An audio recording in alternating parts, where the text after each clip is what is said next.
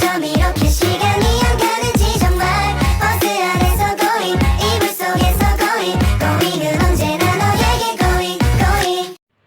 Perkenalkan, saya Putri Handayani Siregar dengan NIM 222201019 Prodi D3 Perpustakaan dengan dosen pengampu Ibu Nuraini Esos. Di sini saya akan menjelaskan apa itu arsip, karakteristik arsip, dan daur hidup arsip. Pertama, saya akan menjelaskan apa itu arsip. Kata arsip dalam bahasa Indonesia diseret dari bahasa Belanda, yaitu arsip yang secara etimologi berasal dari bahasa Yunani arsium yang artinya peti, tempat untuk menyimpan sesuatu. Pengertian arsip awalnya menunjukkan tempat atau ruang penyimpanan arsip, namun saat ini pengertian arsip lebih cenderung sebagai catatan atau surat yang memiliki nilai kegunaan yang perlu untuk disimpan dengan sistem kearsipan. Sedangkan dalam bahasa Latin kata arsip disebut velum yang berarti benang atau tali. Kala itu benang atau tali digunakan untuk mengikat kumpulan lembaran tulisan atau catatan agar ringkas dan mudah dicari jika diperlukan. Dahulu arsip identik dengan warkat yang berasal dari bahasa Arab yang berarti surat. Namun dalam perkembangan lebih lanjut, pengertian warkat adalah lembaran yang berisi keterangan atau informasi yang mempunyai arti dan kegunaan. Warkat juga dapat diartikan sebagai alat pembayaran non-tunai yang diperhitungkan melalui clearing. Menurut Lembaga Administrasi Negara, arsip adalah segala kertas, berkas, foto, naskah, film, mikrofilm, rekaman suara, gambar peta, bagan atau dokumen lain dalam segala macam bentuk dan sifatnya atau salinan serta dengan segala cara penciptaannya dan yang dihasilkan atau diterima oleh suatu badan sebagai bukti dari tujuan organisasi, fungsi-fungsi, kebijakan, keputusan, prosedur, pekerjaan atau kegiatan lain pemerintah atau karena pentingnya informasi yang terkandung di dalamnya. Adapun fungsi arsip yaitu secara umum arsip memiliki fungsi untuk penunjang aktivitas administrasi, alat pengambil keputusan, bukti pertanggungjawaban, sumber informasi, dan wahana komunikasi. Selain itu, memiliki fungsi primer dan sekunder. Yang pertama, primer. Fungsi primer adalah nilai guna arsip yang didasarkan pada kepentingan pencipta arsip tersebut sebagai penunjang saat tugas sedang berlangsung maupun setelah kegiatan selesai, baik itu dalam lembaga atau instansi pemerintah, swasta maupun perorangan. Nilai guna pada arsip primer meliputi administrasi, hukum, keuangan, ilmiah maupun teknologi. Sedangkan fungsi sekunder adalah nilai guna arsip yang didasarkan pada kegunaan bukan untuk pencipta arsip, melainkan bagi kepentingan lembaga atau instansi pemerintah, swasta, perorangan, dan juga kepentingan umum lain. Sebagai bahan bukti dan bahan pertanggungjawaban, nilai guna sekunder meliputi nilai guna pembuktian dan penginformasian. Menurut Undang-Undang Nomor 43 Tahun 2009 menjelaskan tentang kearsipan, yaitu karakteristik arsip yang perlu dijaga dalam penyelenggaraan kearsipan, yaitu yang pertama, autentik, terkait dengan keaslian arsip yang dapat digunakan sebagai bukti dan bahan akuntabilitas. Arsip yang autentik adalah arsip yang memiliki struktur, isi, dan konteks yang sesuai dengan kondisi pada saat pertama kali arsip tersebut diciptakan dan diciptakan oleh orang atau lembaga yang memiliki otoritas atau kewenangan sesuai dengan isi informasi arsip. Yang kedua yaitu dapat dipercaya, terkait dengan kepercayaan arsip sehingga dapat digunakan sebagai bukti dan bahan akuntabilitas. Arsip yang terpercaya adalah arsip yang isinya dapat dipercaya, penuh dan akurat karena mempresentasikan secara lengkap dari suatu tindakan, kegiatan atau fakta sehingga dapat diandalkan untuk kegiatan selanjutnya. Serta yang ketiga yaitu utuh, terkait dengan kelengkapan arsip yang harus dijaga dari upaya pengurangan, penambahan, dan pengubahan informasi maupun fisiknya yang dapat mengganggu dan autentisitas dan kepercayaan arsip. Secara umum, arsip memiliki dua fungsi. Untuk penunjang aktivitas administrasi, alat pengambil keputusan, bukti pertanggungjawaban, sumber informasi, dan wahana komunikasi. Yang pertama fungsi arsip yaitu fungsi primer. Fungsi primer adalah nilai guna arsip yang didasarkan pada kepentingan pencipta arsip tersebut sebagai tugas penunjang sedang berlangsung maupun setelah kegiatan selesai, baik itu oleh lembaga instansi pemerintah, swasta maupun perorangan. Nilai guna pada arsip primer meliputi administrasi, hukum, keuangan, ilmiah maupun teknologi. Sedangkan fungsi sekunder adalah nilai guna arsip yang didasarkan pada kegunaan bukan untuk pencipta arsip, melainkan bagi kepentingan lembaga, instansi pemerintah, swasta, perorangan, dan juga kepentingan umum lain sebagai bukti dan bahan pertanggungjawaban guna meliputi pembuktian dan penginformasian. Arsip memiliki sifat dan karakter untuk membedakan kualitas arsip antara lain autentik, yaitu informasi melekat pada wujud aslinya seperti informasi mengenai waktu dan tempat arsip dibuat atau diterima, memiliki tujuan dan kegiatan, bukti kebijaksanaan dan organisasi penciptaannya. Kedua, legal, yaitu dokumentasi untuk mendukung tugas atau kegiatan, memiliki status sebagai bahan bukti resmi sebagai keputusan dan pelaksanaan kegiatan. Yang ketiga, unik karena tidak dibuat massal dan memiliki kronologi produk. Jika arsip dipublikasi atau dibuat tembusan, akan memiliki arti yang berbeda untuk pelaksanaan kegiatan. Dan terakhir yaitu terpercaya sehingga dapat dipergunakan sebagai bukti sahih sebagai bahan pendukung pelaksanaan kegiatan. Kriteria arsip menurut Undang-Undang 43 Tahun 2009 tentang kearsipan yaitu arsip statis. Arsip statis ialah arsip yang dihasilkan oleh pencipta arsip karena memiliki nilai kesejahteraan dan telah dipermanenkan baik secara langsung maupun tidak langsung. Namun, untuk menetapkan sebagai arsip statis secara tegas harus ditentukan nilai guna arsip tersebut. Yang kedua yaitu arsip dinamis. Arsip dinamis adalah arsip yang digunakan secara langsung dalam kegiatan penciptaan arsip dan disimpan selama jangka waktu tertentu. Yang ketiga yaitu arsip vital. Arsip vital adalah arsip yang keberadaannya merupakan persyaratan dasar bagi kelangsungan operasional pencipta arsip, tidak dapat diperbaharui dan tidak tergantikan apabila rusak atau hilang. Adapun arsip ada terbagi tiga, yaitu arsip aktif. Arsip aktif adalah arsip yang frekuensi penggunaannya tinggi dan terus-menerus digunakan.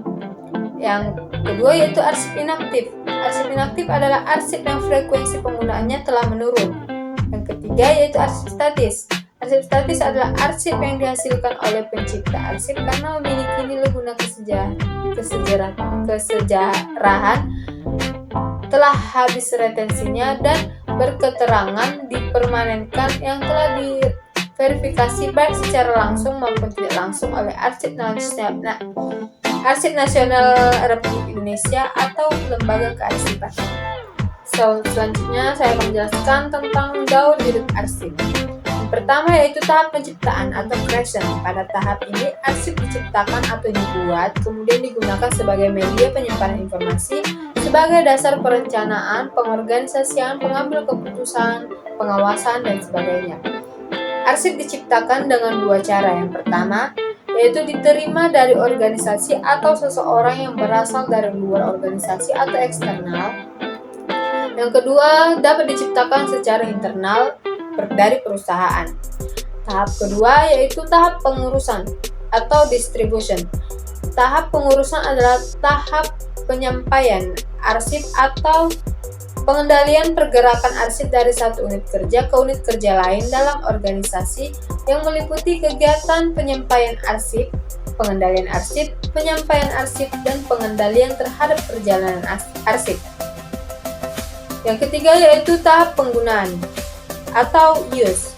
Pada tahap ini, arsip dikategorikan sebagai arsip dinamis, yaitu penggunaan arsip secara langsung dalam penyelenggaraan aktivitas sehari-hari. Yang keempat yaitu tahap pemeliharaan atau maintenance. Tahap pemeliharaan arsip adalah tahap perlindungan dan pengamanan arsip, baik fisik maupun informasinya. Kegiatan pemeliharaan arsip antara lain yaitu penyediaan prasarana dan sarana kearsipan yang disesuaikan dengan standar kearsipan untuk pengelolaan arsip dinamis berdasarkan bentuk dan media arsip yang penyimpanan arsip dilaksanakan dengan memperhatikan bentuk media arsip, suhu, dan kelembaban udara di dalam ruangan. Tahap kelima yaitu tahap penentuan atau disposition. Yaitu tahap penentuan nasib arsip adalah tahap penentuan terhadap keberadaan arsip dalam organisasi, apakah arsip tersebut disimpan atau dimusnahkan. Klasifikasi arsip menurut Undang-Undang 43 Tahun 2009 digunakan mendukung mengelola arsip dinamis yang efektif dan efisien bersama-sama dengan tata naskah dinas, jadwal retensi arsip, serta klasifikasi keamanan dan akses arsip. Sementara itu, menurut Peraturan Pemerintah Nomor 28 Tahun 2011 tentang pelaksanaan Undang-Undang Nomor 43 Tahun 2009 tentang kearsipan, klasifikasi arsip yang digunakan sebagai dasar pemberkasan dan penataan arsip untuk mendukung akses dan pemanfaatan serta penyusunan arsip. Menurut ISO 154891 tentang rekod manajemen, klasifikasi arsip dapat diterapkan untuk arsip tunggal atau pada tingkat agregasi.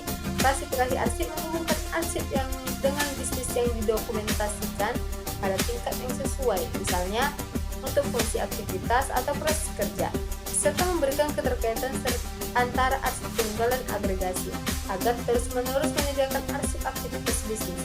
Sistem klasifikasi arsip adalah himpunan ketentuan dan konvensi yang diterapkan dalam peraturan organisasi tertentu untuk mengklasifikasi, memberikan judul, serta menemukan kembali arsip dan informasi bisnis lainnya. Klasifikasi arsip mengontrol kosakata yang digunakan, menghasilkan konsistensi dalam mendeskripsikan informasi yang dihasilkan oleh aktivitas bisnis, serta meningkatkan pemubal informasi tersebut. Kemampuan perangkat klasifikasi arsip untuk pengelolaan arsip dinamis dapat diperluas untuk membantu penilaian dan penyusunan arsip. Proses klasifikasi membantu menjelaskan, mengatur, dan mengontrol informasi. Proses ini menciptakan ketertiban dalam memahami apa yang dilakukan oleh organisasi dan bagaimana melakukannya. Sebuah perangkat klasifikasi sederhana dapat memfasilitasi dan meningkatkan kapasitas organisasi untuk berbagai informasi dan pengetahuan, dan informasi dapat diatur dengan cara yang berbeda dengan tujuan yang berbeda. Di perpustakaan misalnya, klasifikasi digunakan untuk mengatur informasi berdasarkan subjek dan untuk memfasilitasi penemu sumber daya. Dalam hal ini, klasifikasi arsip dilakukan untuk tujuan mengelola arsip dan informasi bisnis lainnya sesuai dengan konteks bisnis dan organisasi. Ketentuan pengelolaan arsip. Ketentuan pengelolaan arsip diidentifikasi melalui analisis sistematis kebutuhan bisnis, organisasi, kewajiban hukum, dan peraturan perundang-undangan, ekspektasi masyarakat luas, serta penilaian terhadap keterbukaan organisasi terhadap risiko jika ketentuan bukti ini tidak ditangani. Ketentuan pengelolaan arsip mempengaruhi jenis arsip yang dibuat sebagai bukti, aktivitas bisnis, dan bagaimana arsip tersebut harus dipelihara. Beberapa ketentuan pengelolaan arsip dinyatakan secara eksplisit dalam peraturan perundang-undangan dan otoritas perangkat lainnya, sementara yang lainnya tersirat oleh lingkungan di mana organisasi beroperasi. Sebagai contoh, ketentuan pengelolaan arsip dapat langsung disebutkan bahwa yang pertama yaitu arsip dibuat atau informasi tertentu dikaptur. Yang kedua, informasi arsip disimpan untuk jangka waktu tertentu. Ketiga yaitu kondisi sekitar penyusunan informasi arsip. Keempat yaitu konten tertentu harus direkam, dan terakhir yaitu format informasi arsip dipelihara. Ada manfaat pembuatan perangkat klasifikasi arsip, yaitu ketika arsip dan informasi diklasifikasikan dengan benar, sistem informasi bisnis beroperasi lebih efisien. Perangkat klasifikasi arsip memandu pengguna dengan klasifikasi yang sesuai untuk setiap arsip.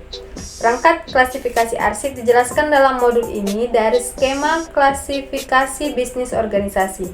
Ketentuan ditetapkan untuk fungsi dan aktivitas yang diidentifikasi dalam skema klasifikasi bisnis dari ketentuan yang digunakan dalam perangkat klasifikasi.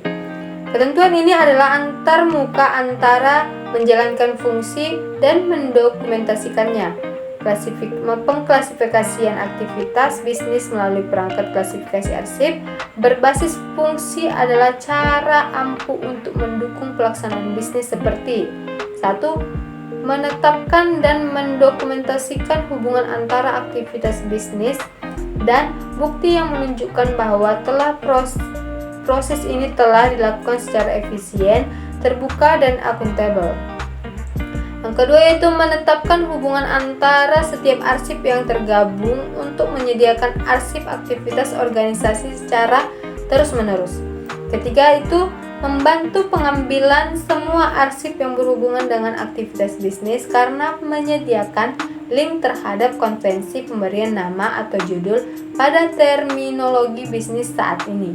Yang keempat yaitu mengontrol bahasa untuk pemberian judul atau pembuatan indeks arsip dalam konteks bisnis tertentu. Yang kelima yaitu membantu pengguna untuk menavigasi dari istilah yang tidak dipilih ke istilah yang dipilih. Yang keenam yaitu memberikan panduan yang membuat pengambilan informasi lebih dapat diprediksi.